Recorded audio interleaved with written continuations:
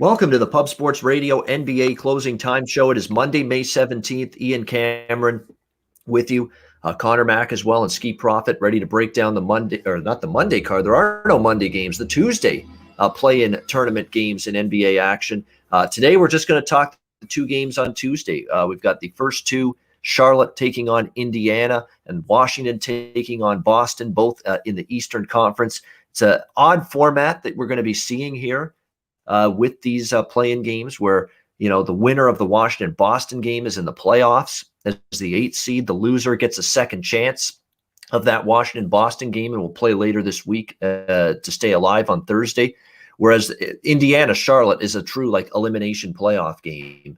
The winner stays alive and the loser's out. So it's a weird little format that they've got, very unique here with this play-in tournament, but excited to see how it plays out. And certainly we're all excited. I mean, Skee's talked about it, Conor has, and so have I, that we're just happy to have meaningful basketball games now.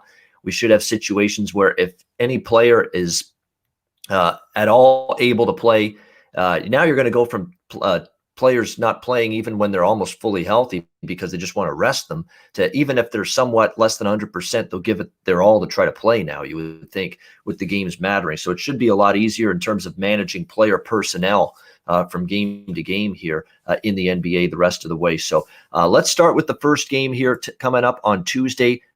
Note the start time, by the way, 6:30 p.m. Eastern time. They want to do the television doubleheader. So Charlotte and Indiana is going to start at 6:30 p.m. Eastern time. Right now, we've got the Indiana Pacers 3.5-point favorites in this game at home. Total 228 in this game. Of course, these games are played in everybody's the home court of the home team, essentially. There's no neutral site or anything for these play-in games.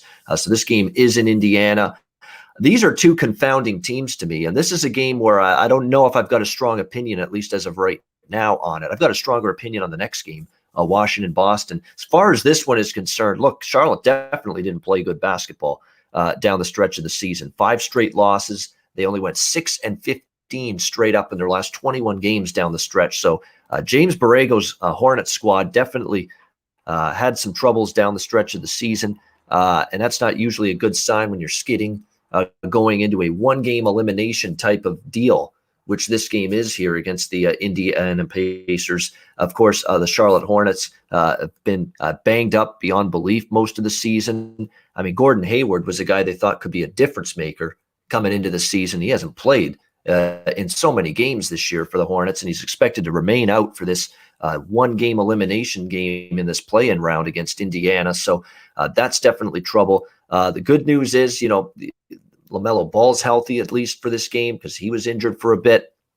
Terry Rozier has played well down the stretch. And we're going to have the opportunity, guys, now that we're into the play-in tournament and then the playoffs where there's less games every day. So we could really start to rip into these player props and discuss them quite a bit more on the show on a regular basis. I think Terry Rozier might be someone to look at here for Charlotte because he's played well against Indiana, and he's also been shooting the ball and contributing offensively pretty well down the stretch as well. And he's one of those guys that in a big playoff game, he's not scared of taking the big shots. So that's definitely something that appeals to me, Terry Rozier player prop. As far as the side and the total goes, I'm not rushing to lay 3.5 with Indiana. I've had my issues with this Indiana team, their lack of defense. They've really crumbled on that end of the basketball court down the stretch. They've still got their own potential injury concerns going into this game. A lot of GTDs.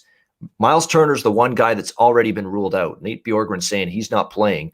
And he's been out for a while now. And really, since he's been out, we've seen this team struggle defensively. They've played at a faster pace. They've been a big over machine since that time.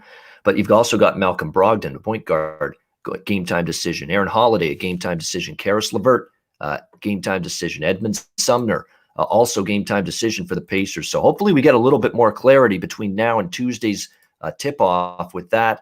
As far as the side goes, I'm really stuck here when it comes to the side. I don't think I trust Charlotte with how poorly they played, but I'm not in a rush to lay 3.5.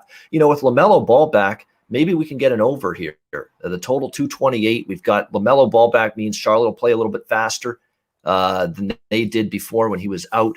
We've certainly seen what Indiana's done defensively, which is not really get a whole lot of stops consistently. They've also played faster without Miles Turner. and their defense has crumbled. So maybe we get points in this game. I probably feel a little bit stronger on the total than either side when it comes to the Hornets and the Pacers. Skee Prophet, we'll start with you. The first of the two Eastern Conference play-in games on Tuesday. What do you think here with Charlotte and Indiana? Well, if you're looking for player props, I'll be playing on LaMelo, points, rebounds, assists. Charlotte's pretty much going to go as he goes, in my opinion. And if you're looking for the Pacers side, I would go to Sabonis, points and rebounds, because Charlotte is pretty small inside, and that's the only guy who's not lingered by injuries, and you know for sure is going to go out there and play, and he should dominate. So I like those two guys if you're looking for player props. As far as the side, I'm kind of with you. I don't know if I can get there with my money, but I know one thing's for sure. I'm not putting my money on the Indiana Pacers to cover and win by margin. That's one thing I definitely will not do. If I'm going to play this game, it's going to be the over. Pacers haven't been playing any defense without Miles Turner. They tried to get a little bit better, but it's still not good. And if Brogdon's in or out, I still would like it, but I would want LeVert to be in if I am going to go over the total here. As far as Charlotte, we always talk about LaMelo brings the pace, and just seeing him back now, and you got Bridges back there versus a Pacers team who wants to play fast as well and just not playing defense. I think it's a track meet type of game, even though it should be playoff environment, and that's just how these teams play best. So I like the over. Yeah, exactly. Because remember, Skee and Conor and I, we talked for games without LaMelo Ball, and all of a sudden the offense stagnated, the pace slowed down, and Charlotte became a pretty decent under team for a little while there. But now they've got LaMelo back, and you're starting to see that offensive efficiency and execution and a little bit faster pace all come back again with just the return of and the presence of LaMelo Ball once again on the floor. So Skee and I in agreement there with the over. Conor, what do you think here, Hornets and Pacers? I agree with you guys. I think it's going to be hard to lay 3.5 with Indiana. Struggled all year laying points with them. They haven't been able to get it done. If I were to get on the side here, I'd be on the Hornets if I had to. One thing is a little bit lately, and LaMelo's been back the last few games, they haven't got blown out a bunch. They lost to the Knicks by 18, the Clippers by 23, Nuggets by 5, Pelicans by 2. They just lost by 5 the Wizards last game of the year. I know it really didn't count or anything, but they've been a little bit close. That's why I take the 3, then lay it with Indiana here. And a big waiting game. I got to think these guys, if they're anything okay, they're going to play. Brogdon, LeVert, I think they're going to be all in. I mean, you got to, as long as they're not really badly hurt, I think they're all in. But I'm with you guys. And just sitting here, I saw a lot of, like 2 hours ago, there was a lot of 227 and a halves, and just looking now again, there's 228s, like all across the board. I lean over. Even Skee just mentioned it. This is going to be a playoff atmosphere. But these teams get up and down. Indiana, I think, went 13-3 towards the end of the year, and getting LaMelo back should be points as well. So I saw that a lot last year, even in the playoffs. I couldn't take many unders until the very end when some real defense was being played. Lakers, some of these games late, but early when these teams still the seeds in these playing games, I still think we could see some overs. So I'm with you guys. I'm with the over here in this first game, and I'd lean to catching the 3 points here with the Hornets. And there's still a 3.5 at FanDuel. I don't think it moves much here at 3. Yeah, I'd probably prefer plus points. And again, these are two teams I don't trust. So when it's that situation, I just take points. If I had to bet something or lean at least somewhere, it would be Charlotte here, plus the points in my mind, just because they're a slight underdog. And one thing, and Skee's harped on it all year, and he's right. And Indiana's been dreadful home favorites. I don't know how many times we have to say, we've said this a bunch, and it's completely played out on the floor all season. Indiana's been a dreadful home favorite. Like, if you are laying points with Indiana at home this season against the spread, I mean, you're pretty much in the poorhouse. You're calling for your next loan, basically, from the loan shark at this point.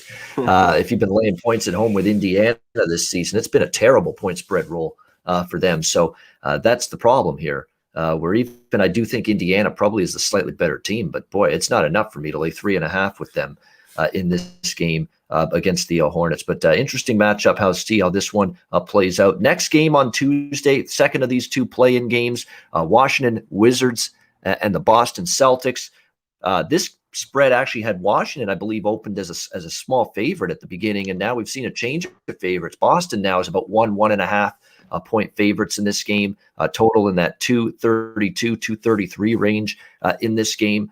Obviously, the Boston Celtics didn't really take their remaining games of the regular season all that seriously with the way they played down the stretch. You look at this team, I just haven't been able to fully get behind them and get on board with the Celtics. And they've just had different lineups, different combinations, guys in and out. Of course, Brad Stevens taken the let's get these guys rested and healthy for the play-in tournament and what they hope will be beyond the play-in tournament with guys like Kemba Walker and Marcus Smart and Tatum and Fournier. They've had guys in and out of this lineup, Boston completely. I don't know. Do they just get everybody back on the floor Tuesday night against Washington and flip a switch and think, hey, we're just all of a sudden going to look like last year's Boston team again? I don't know. I usually, in these circumstances, kind of gravitate toward the team that I know has been playing a little bit better basketball, to get to this point. And right now, to me, that's Washington, believe it or not. I mean, I like the mindset the Wizards have really approached the second half of the season. I'm not the biggest Russell Westbrook fan. I don't like the way he plays some of the time. I don't like the way he doesn't regard the basketball enough in terms of protecting it. He treats it like a hand grenade sometimes a bit too much. That bothers me about him, but you got to give him credit. He's been lights out offensively down the stretch. He's facilitated the offense well enough for the Wizards. Bradley Beal's been a great leader for this team, vocal leader as well. He's really taken to heart, his play at the defensive end of the floor. He's been one of the guys all season long when Washington was getting scorched defensively. He'd be one of those guys saying it's embarrassing. We got to play better at the defensive end. And he'd be one of those guys looking to make amends for it. So this one to me, I still can't get there with Boston. You would think if you put this point spread out there in a play-in game or a playoff game before the season started, guys, and you would have said Boston only laying a 1.5 at home against Washington, that's a steal. We just unload and we back up the Brinks truck essentially to put whatever we can on the Boston Celtics in this game. But you know what? This is not that Boston team. They've not really generated any sort of consistency and continuity. They've had some absolutely dreadful, inexcusable losses in the last few weeks to some really bad teams as well. Let's not forget that. I think there's a real incentive. Like, Washington doesn't freaking work their asses off in the last month or so of the season to get into this play-in tournament if they don't intend to make something of it, make the most of this opportunity and win this game and move on. I think you're going to get that kind of approach here from the Washington Wizards. And again, this is one of those games where it's not the be-all, end-all for the loser. The losing team of this game is going to get another crack at it, whereas the winning team will indeed be in the playoffs and confirmed as the 7th seed. So keep that in mind. But as far as this one goes, in my mind, I would only look Washington plus the points. I don't like what I've seen from Boston. I think there's some kind of disconnect going on. Maybe I'm wrong because we're not on the team. We're not in the media with this group. We can't see them day to day. But I think there's a disconnect with Stevens and some of the players. I don't know what it is, but I think there's something off. And I like what Washington did down the stretch. Give me the Wizards here as a slight dog. That's the way I'm going to go in this one. Skee, what do you think here? This is a fascinating one to discuss here, the Wizards and the Celtics. Very much so. When I think about the Celtics team, I really just don't want to take them without Jaylen Brown. I feel like he's been the best player for them anyway. So just Tatum. Like, I don't trust Kemba Walker at all. He's a liability defensively. And I'll just say he's washed. That's how I feel about Kemba Walker. When I look at the Wizards, they've been playing a lot better down the stretch. So I like how they're playing going into this game. That's just how I'll say. I think there's a big advantage for Washington on the guard position. Like, just going up against Kemba Walker, and who else is going to guard? Like, who's going to guard Russ and Bradley Beal? I don't think they have an answer. You could say the same for Tatum, but I just think what Washington has outweighs them in the way that they've been playing lately. I'd rather have Washington, but at the same time, the line feels fishy. So, gun to my head right now, I would take Washington, but I'm skeptical.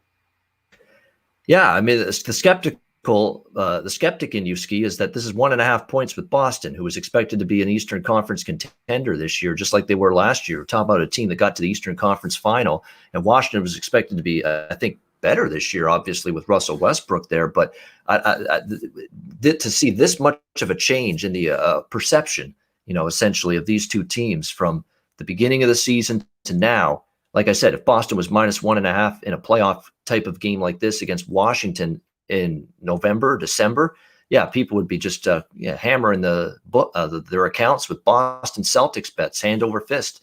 That's exactly what would have been the case. But now you got to pause because Boston hasn't looked right. Could they flip a switch? Yes, they could. But it gets that feel to me. You mentioned it. They're going to have a tough time slowing down the Washington backcourt, Westbrook and Beal. They're going to need Tatum to do what he did against San Antonio. I remember in that game, maybe that he's going to have a 40-point or 50-point game. You haven't been able to rely on Kemba Walker. You're 100% right. The precipitous drop-off in Kemba Walker's play last season to this season has been severe. It's been steep. It has been a sharp decline. And that is something you can't ignore. And if Jaylen Brown, if he plays, is he 100%? That's a concern. You're going to have to put more on offense is going to have to fall on the shoulders of Fournier, who you got from Orlando. So there's and who's not a great defender, by the way. So you've got issues right now with Boston matchup wise here. And I like Washington's form coming in. So to me, it's hard to ignore Washington and not wanting to take them here with them being a slight underdog, getting the points here. Conor, where do you stand here? I mean, this is a game where you can think of so many different things just rolling around in your head and in your brain when it comes to this game. You love Washington's form, but what a point spread adjustment to what we've seen from these two teams. Yeah, I mean, like you said earlier, it'd be crazy if you thought this in the beginning of the year. I mean, it'd probably be 7 or more. The Celtics, there's just a disconnect, I think. I mean, I thought Brad Stevens a pretty good coach, X's and O, but there seems to just be something. They don't give a shit in Boston right now. Skee, you mentioned Kemba Walker. He just doesn't I don't know, he gives a shit, doesn't play much defense, can light it up kind of offensively when he wants to. I think it's what you mentioned. Tatum's going to have a big night. Boston hasn't played any really defense down the stretch that I saw. They can give up a ton of points. And I think the Wizards with Beal and Westbrook will push the pace. And I think this game will be close. So already seeing, we just talked about that total. I mean, just an hour ago, I saw 1.5s everywhere. Now I'm seeing 2s almost across the board. So it seems like some Boston money's coming just in the last hour. So I'd wait. Celtics could win. Tatum could have a huge night. I mean, they're at home. But either I'm not going to play this one or I'm going to be on the Wizards. I just like their form. I think they've lost, it's 4, not 5, in the last month.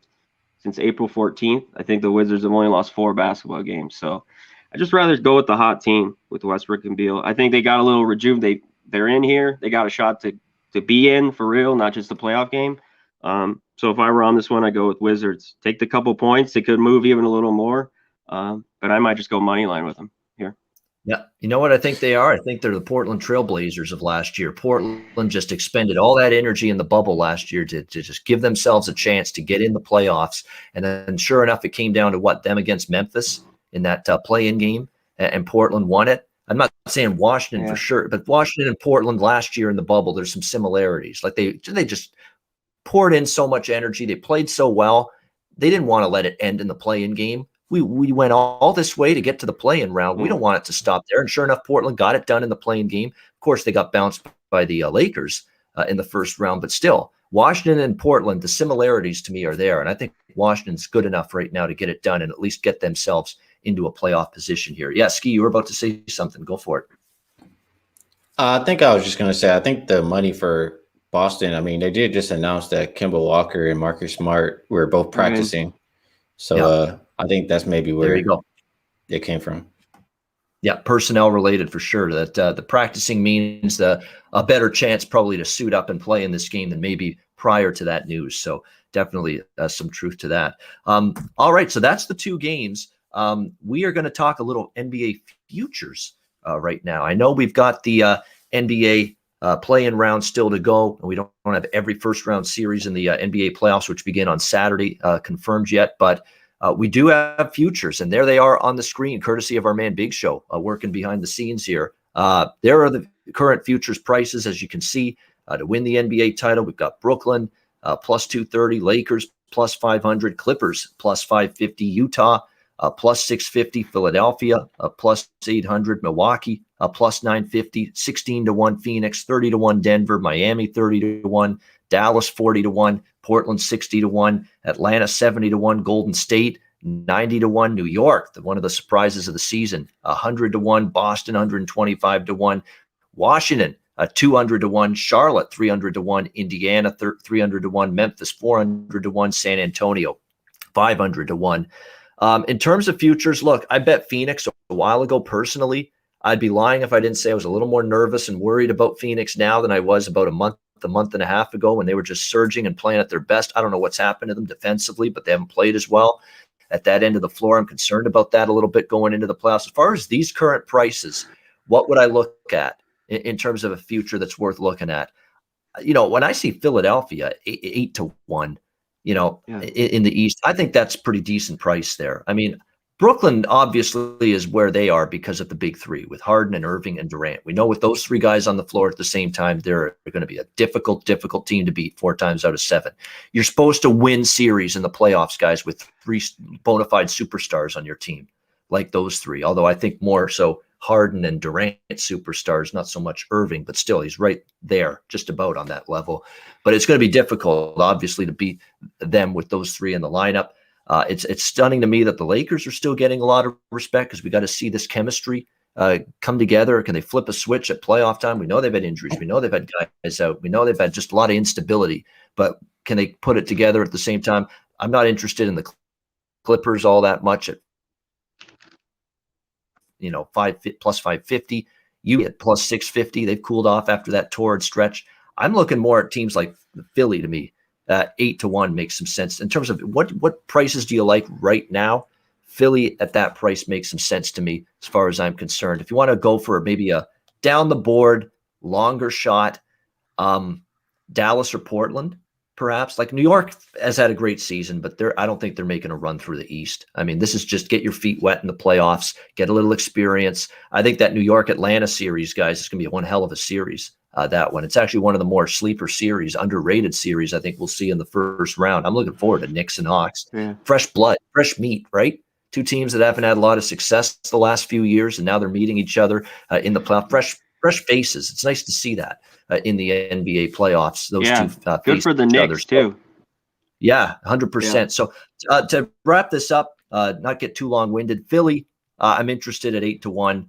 Maybe Dallas, Port. If you want to take a look at one of the bigger long shots, again, usually betting the long shots, NBA futures is usually not going to make you rich, but perhaps a little sprinkle for me on Dallas and Portland, 40-1. Look, I like the way Dallas played down the stretch. Portland, look, they played pretty good in the second half. I worry about their defense, but hey, we're talking 60-1 with a team that can, bring their way back in games with that offensive firepower they have. Powell and, of course, McCollum and Lillard. So I don't hate that getting a Portland, maybe a small sprinkle at 60-1. Skee, the futures board as of right now. We're not talking about prices months ago. We're talking about where the prices are right now. Based on that, with where the prices are on these teams at the moment, what stands out to you as legitimate futures value at the moment, Skee? A couple of these teams I'm kind of just going to talk about a little bit different than to win it all. Maybe other ways to bet them in the futures market, because it's a couple of different ways I like it. Looking at Brooklyn, I don't like them to win. And my reasoning for not liking them is because we've only seen the big 3 play together like 7 games, 8 games all season long. And we've seen how when you don't have that chemistry together, it hindered the Clippers last year. And outside of that, I don't think we've seen a champion with the defensive rating outside of 11 in the last, as long as I can remember. So I don't like Brooklyn. Lakers, if they're healthy, I still think that they're the best team. I don't feel the same way as you did about their chemistry. I mean, they got majority of the same pieces, and they just won a championship last year. They're still, as far as points allowed, second best in the NBA, and I think defense wins championships. So I like the Lakers' chances to win or come out of the West, however you want to look at it. Clippers, I think that they'll have a better shot this year than last year for sure. Adding Rondo was a big piece of what they needed over there to help out, just Playoff get run, things though. sorted. It's true. That's a real thing. Yeah. So I give them a shot. I'm not gonna like count them out how I did last year. So they do have a shot, but I wouldn't put my money on them. Utah, I think that they're a regular season team. I think when teams actually get to practice and get to make adjustments, I don't think Utah's going to do anything in the playoffs. So they're out for me. If I'm going to make a play on somebody in the East to win the East or win the championship from the East, it would be Philadelphia. I like that they're probably the best, or probably the best defensive team over there in the East. And I talked about why I didn't like Brooklyn. That's a big part of it. They upgraded their coach. Doc Rivers, he's way better than Brett Brown. Anybody's better than Brett Brown. And I like the players that they have on this roster. They complement Simmons and Embiid a lot more. So I like the Sixers if I was picking anybody to come out of the East right now. The Bucks, I still feel the same way until Giannis shows me consistent jump shot. I mean, I like that they use them more in the post up and stuff like that. So you can't just build a wall from the top, but we'll see. I think he needs a jump shot for them to get over the hump. Phoenix, I feel the same way about Phoenix as I do in Utah. They're a regular season team, so I wouldn't be interested in them at all. Denver, if they had Jamal Murray, they would be dangerous, but without him, they have too many weaknesses that can be exploited in a series. Miami, I still think that they can make some noise. They've already shown you the recipe to beat Milwaukee one time. They haven't been playing as great this year, but I think they still have the personnel to get it done. And I would trust the players on their side in the playoffs more than I trust the players in Milwaukee side. So I think there's still some value on Miami some type of way. The rest of these guys, I don't think they're going to do much. I don't know if I have to really talk about all of them, but I will say this.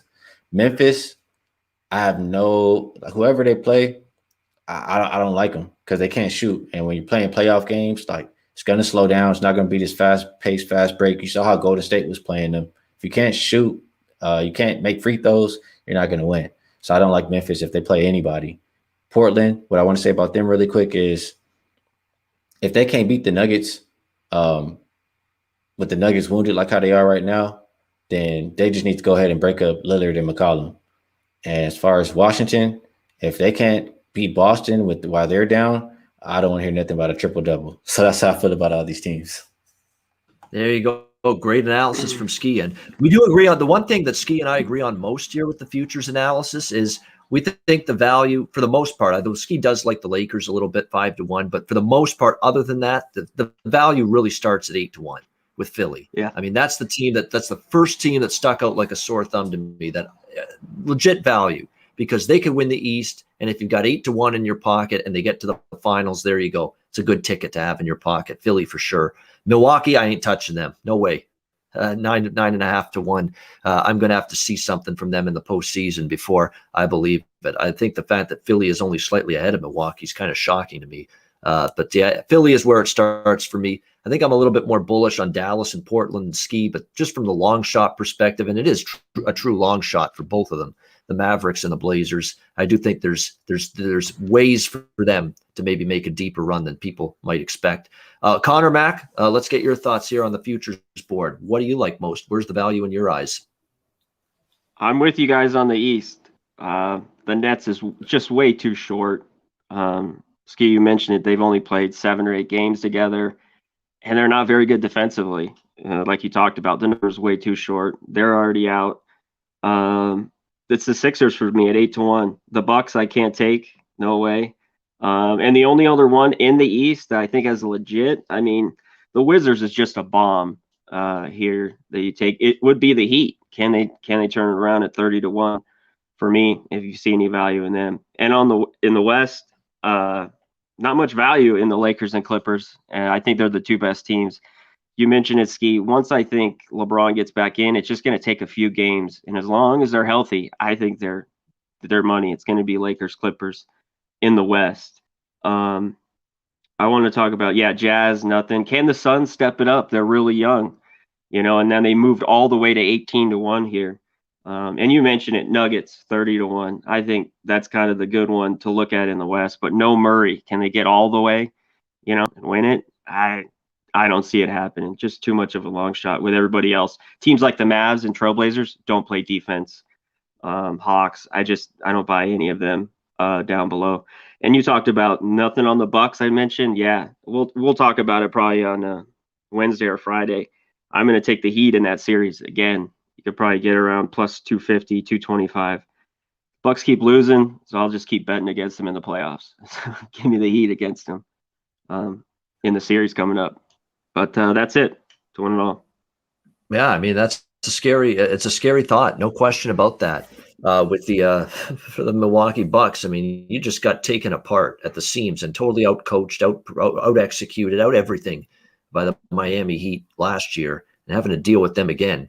That's we'll see what they've learned. And look, this is where you're supposed to also see that Drew Holiday, adding him is supposed to come into effect here in a positive for the Milwaukee Bucks. And look, Eric Bledsoe was pathetic in that whole playoffs and series, and he's gone now. And you've got an upgrade at that spot, big time, if you're the Milwaukee Bucks. So let's see if Drew Holiday makes that impact. And obviously, you know what you're going to get from DiVincenzo, from Chris Middleton. You know what you're going to get from Brook Lopez. You know what you're going to get from the Greek Freak Giannis. He's actually played pretty well down the stretch, but Drew Holiday could be that difference maker. If there's one reason you can be more optimistic if you're a Bucks fan, is that you got that guy now instead of Eric Bledsoe. And I think that's a big difference for the Milwaukee Bucks going into the playoffs for sure. Great analysis. Programming alert before we end the show and get to best bets. We're going to be expanding the show to 7 days a week starting Saturday, which is the first day of the NBA playoffs, the official playoffs. So we're looking forward to that. We're going to have the show on Saturday. It'll be early in the day, so that we can get it in before all the games start. It'll be either 7:30 a.m. Pacific or 10 a.m. Pacific. We're still debating on which time we're going to go with for Saturday and Sunday NBA closing time shows. We will keep this show, though, Monday to Friday next week at the same time. The weekday shows will remain 4 p.m. Eastern, 1 p.m. Pacific, the same time as we did them 3 days a week all season. So that's the programming and schedule moving forward for the NBA closing time show after this week. So looking forward to giving you coverage of the playoffs every single day, starting on Saturday, right until an NBA champion is crowned. Looking forward to the playoffs now that they're here for sure. All right, we got best bets in just a second. Before we do that, a little message from our great sponsors of Manscaped.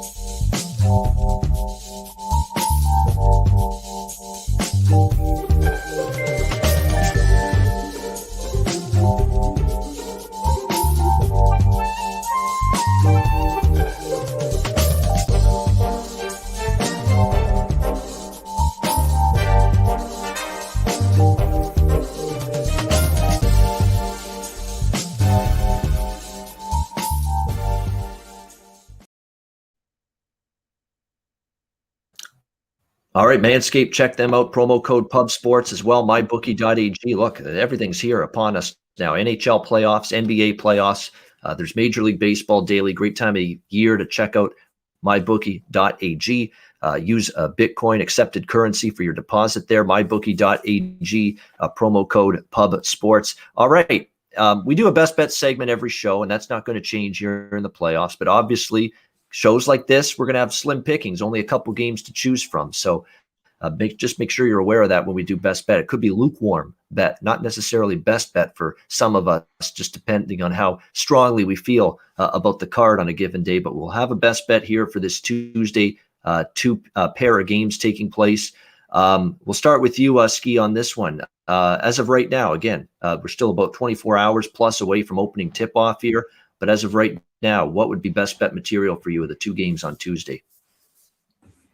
Oh, man, only on Tuesday. It's definitely going to be lukewarm. Yeah. Or it could be a player prop, too. You can throw one out there if you like, if you prefer. I'd say if I have to have a best bet for tomorrow's games right now, I would pick Charlotte and Indiana to go over 227.5. I just think the pace will be there for both teams, and potential for points is there.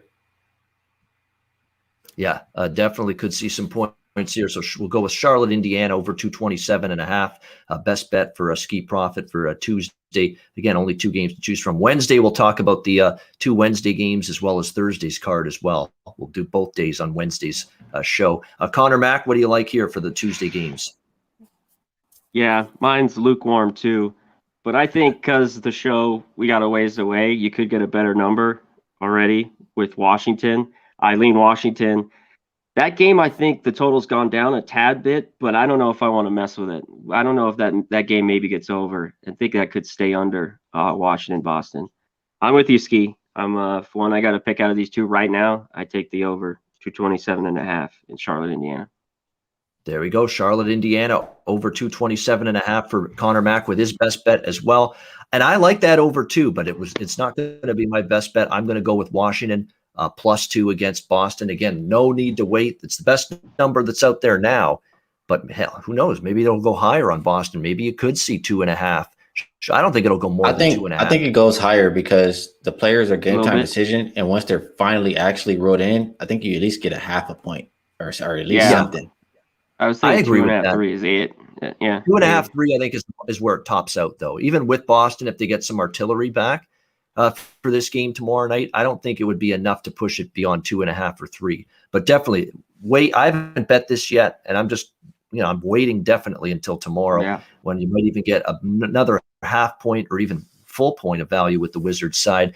And like I said, I don't give 2 shits who's in for Boston. And I don't like the trend what we saw with the Celtics going into the playoffs, and I like the way Washington played. And Washington has that feel of Portland last year in the bubble where they scratched and clawed and got their way into the play-in, and then they won the play-in against Memphis and got in the playoffs. So I think Washington's got that same capability in them, especially with the way Westbrook and Beal played down the stretch. Hachimura has been great. We got to talk about him. He's been good as well. Davis Bertans, really perimeter threat as well now that he's healthy again. I like Washington. And look, they're never going to be a defensive juggernaut or a great defensive team, but they've been getting those timely stops in games in the last several weeks to win games, and they could here again. So I like Washington here, +2 against Boston. I'll go with that for my best bet for the Tuesday play-in games. And that'll wrap up this edition of the NBA Closing Time Show. Thanks to everyone for tuning in. We appreciate it. We will be back with you Wednesday, 4 p.m. Eastern, 1 p.m. Pacific, and we'll tee up the play-in games on Wednesday and Thursday on that show coming up on Wednesday afternoon. For Skee Profit and Connor Mack, I'm Ian Cameron. Have a great Monday. Enjoy the games and good luck, and we will talk to you again on Wednesday, 4 p.m. Eastern, 1 p.m. Pacific, for another edition of the NBA Closing Time Show right here on Pub Sports.